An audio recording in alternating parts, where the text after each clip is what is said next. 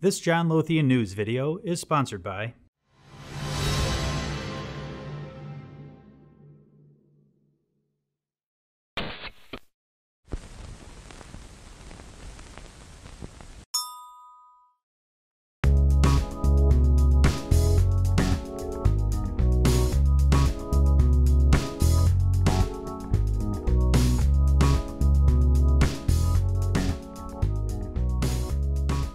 What we had in the beginning of the year was we had the Fed going from increasing what they call forward guidance.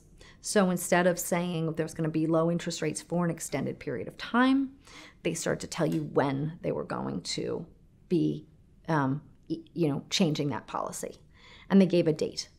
And you still had the market saying, well, we don't know. Is it going to be QE forever? When's QE4, QE5? What I would call Q ever.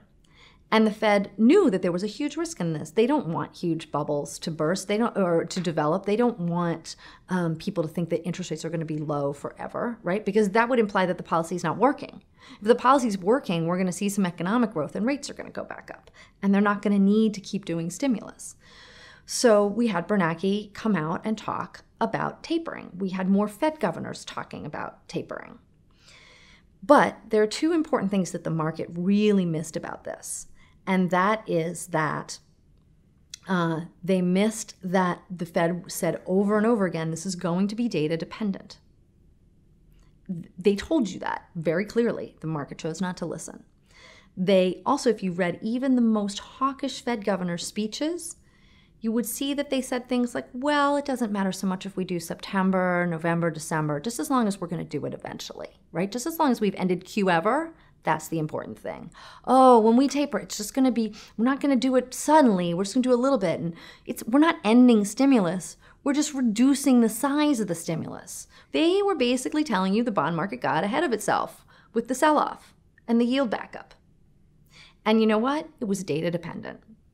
There's a complexity here, which is that the Fed, and I mean everyone, but in particular Janet Yellen, who is very likely to be our next Fed governor, you need to go read her speeches.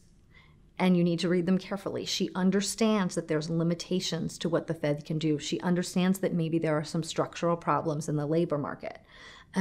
She understands that this is a broader problem than the Fed can solve. What the Fed is trying to solve, if you ask me, is to keep us at some level of growth that's going to allow us to experience escape velocity. We're not there yet.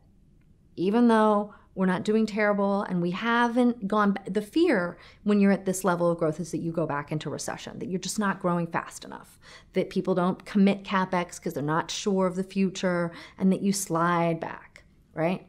And so we haven't really experienced escape velocity yet. They just would like to get us to escape velocity. They thought we were getting close. Then the data came in rather weak.